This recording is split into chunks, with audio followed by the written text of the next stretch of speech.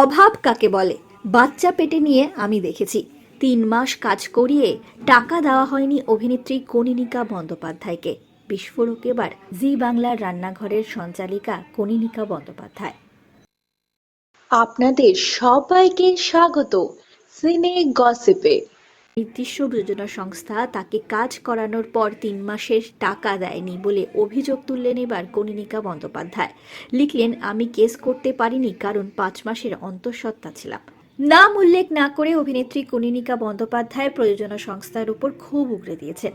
কনীনিকা লিখেছেন, 8 বছর আগে কিয়া পেটে 3 মাসের পেমেন্ট এরা আমায় দেয়নি। স্পেশাল কমিটি বসিয়ে বলা হয়েছিল আমায় 1 টাকাও দেবে না এরা।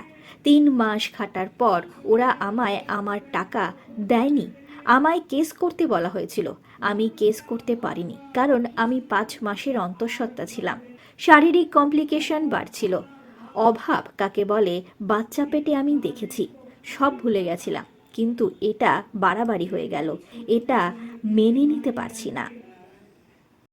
এছাড়াও অভিনেত্রী কনীনিকা বন্দ্যোপাধ্যায় তার সামাজিক মাধ্যমের পোস্টে অভিনেতা রাহুলকে উদ্দেশ্য করে লেখেন, এইবারটা যেন আমরা সত্যিটা জানতে পারি। আজ এরাও মানুষের ডাবিং করলাম বাবিন। এই অন্যায় মেনে নিতে পারছি না রে। দিন আগে একসাথে লড়েছি, কাজ করেছি, দম্ভ যেন ভেঙে গুড়িয়ে যায়। মনুষ্যত্বের জয় হোক। আমরা হলাম সিনে গসিপ। জুড়ে থাকুন আমাদের সঙ্গে, সাবস্ক্রাইব করুন আমাদের এই ইউটিউব চ্যানেলটি।